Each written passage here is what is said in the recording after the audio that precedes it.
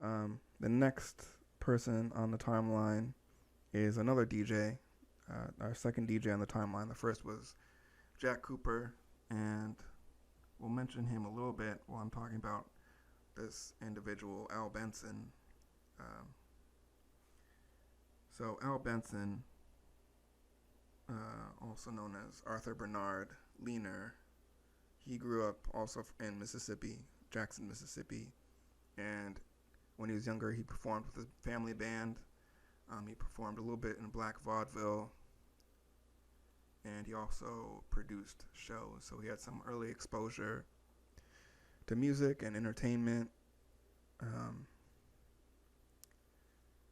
in the 1920s, he moved to Chicago, and he mostly lived in Chicago, except for part of the Great Depression. He did go back to the Mississippi area, but generally he was, at that point he lived in Chicago, and he had a number of jobs. He worked as a probation officer, he worked as a railroad cook, a preacher, and he worked as a interviewer for the Works Progress Administration, which, for those who don't know, the Works Progress Administration was part of the New Deal that was put into place by FDR following the Great Depression to, create jobs. It is the portion of that bill that was responsible for rebuilding or enhancing America's infrastructure, roadways and whatnot. And so, Benson was, I guess, in some ways, an early social worker, or one of the early administrations in social services in the country. So that is a little bit interesting, I suppose. So he started his career under the name Reverend Arthur Leaner. As I just mentioned, he worked as a preacher, and he would broadcast. He had 15-minute broadcasts initially from his church, but the problem was that many of the nearby station owners were complaining about him advertising, because he would advertise for his radio station to help fund it. And at the time, obviously this is during these times there was racial tensions and a lot of stuff going on, so it's hard to know what the truth was and how much was just a situation of the times, as far as how people viewed how religious activities should be, how they should take place. And in this case, they were saying, a religious broadcast should not have advertising, because it could, it shouldn't have private interest or commercial interest, mixed in with, a religious broadcast. It's kind of like the idea behind the separation of church and state, the kind of keeping integrity. Want to keep religious integrity for a religious broadcast. So I don't know how much where that was coming from, but regardless, Al Benson, he switched his name to Reverend Arthur Leaner switched his name to Al Benson, and he became a commercial DJ. He started working for a station. So I mean, another component going back to this religious broadcast is, at this point, he's essentially has a church, and he's using his church as a radio station. And so now what has happened is he no longer owns a radio station for this point, and now he's working for radio station owners. So, there's definitely other commercial incentives for him not to, have his church radio station. But I don't know. I have never seen any other information about the details surrounding that whole situation. So if you have some knowledge about it, definitely let me know. So he switched his name to Al Benson. He's a commercial DJ. He was working for multiple radio stations in Chicago.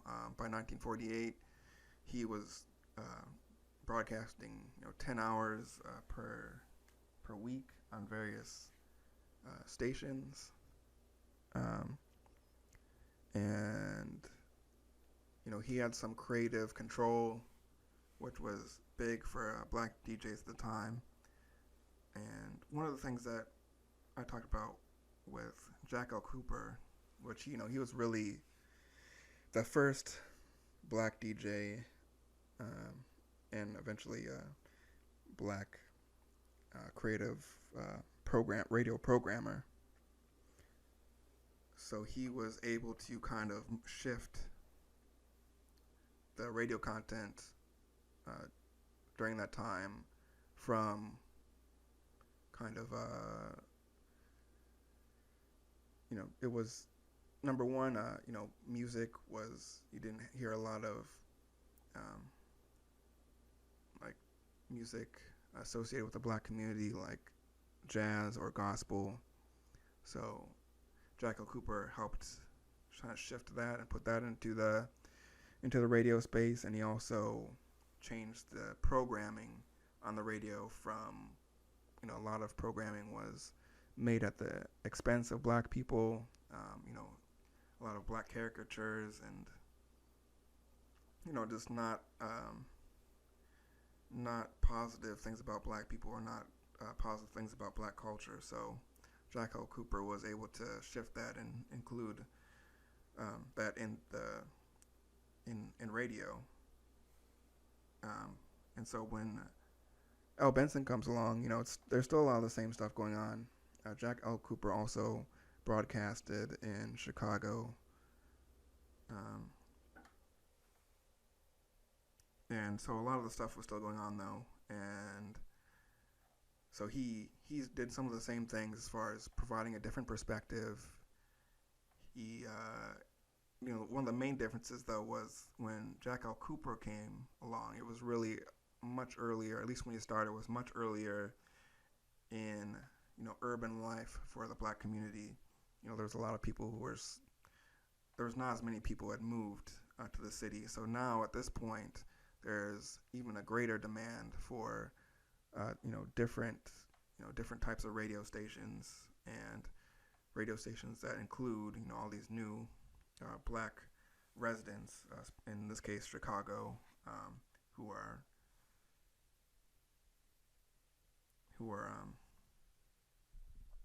new to the area, and are a lot of young people, a lot of people getting into different industries. People at this point, people are black people are becoming a much more significant portion of the population. So as we talked about with Muddy Waters, we're talking about black clubs on the South Side, black-owned clubs, and so there's just businesses. There's a lot of it's a different industry, or a different commercial economy than it was when Jack Cooper came to Chicago at the time. I mean, he was around for quite a while, so there's a point where they overlap, I believe. But one of the main criticisms that I talked about with Jack L. Cooper is that he put jazz on the radio, he put gospel on the radio, but just like with a lot of the other groundbreaking musicians that I talked about, when you talk about Mommy Smith or W.C. Handy, when you're put into these positions where you're trying to add a new sound or a new form of art or entertainment into a space, you can kind of get wrapped up in a kind of a singular ideology or a mission, as far as what you're trying to accomplish. In the case of W.C. Handy, he wanted to become a successful black musician in a time where that just wasn't really happening, and so especially for certain genres of music. And so he of course took the blues and made his interpretation of it kind of turned into like a little bit of a ragtime song. And during the process of his career, he had to be part of minstrel shows. He had to do this and that. That was not really, great for himself to have to go through, those sort of blackface and, you know, entertainment that was pretty demeaning to black culture. He kind of had to, make a decision, make a sacrifice, and, decide that, oh, this is my mission and this is what I want to do. With Jack L. Cooper, it was a little bit different.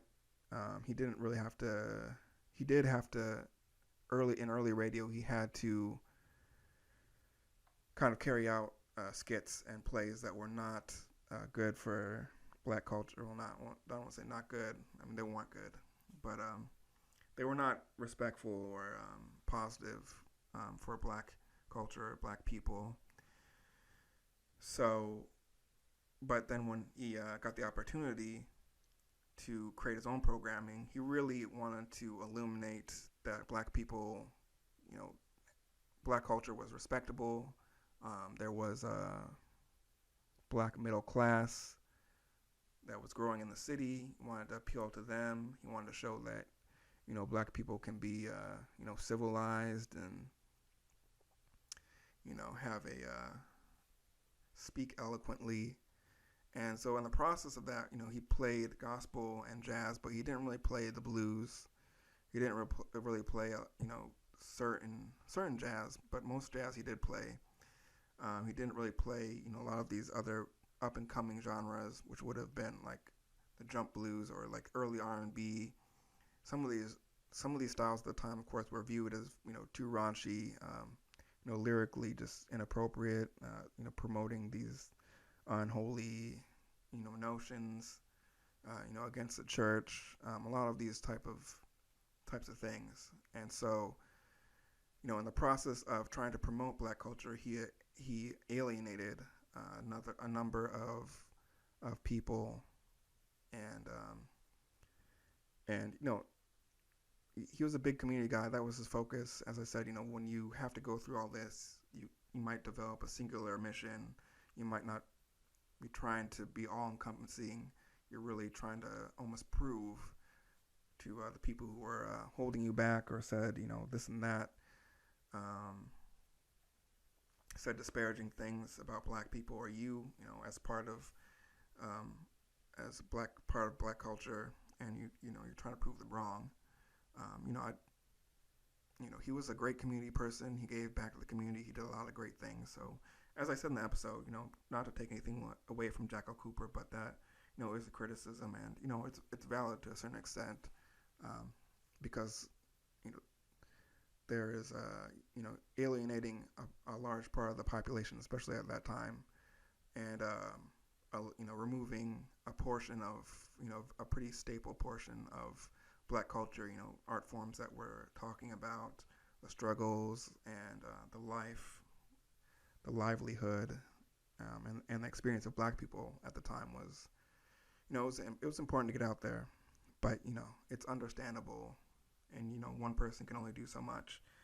So what Al Benson comes in and does, even though he is part of the church, and that was one of the things for Jack L. Cooper and a lot of people, a lot of these genres were a little bit raunchy and not, well, at least at that time. If you read the lyrics in today's, compare it to today's modern music, it seems pretty mild, but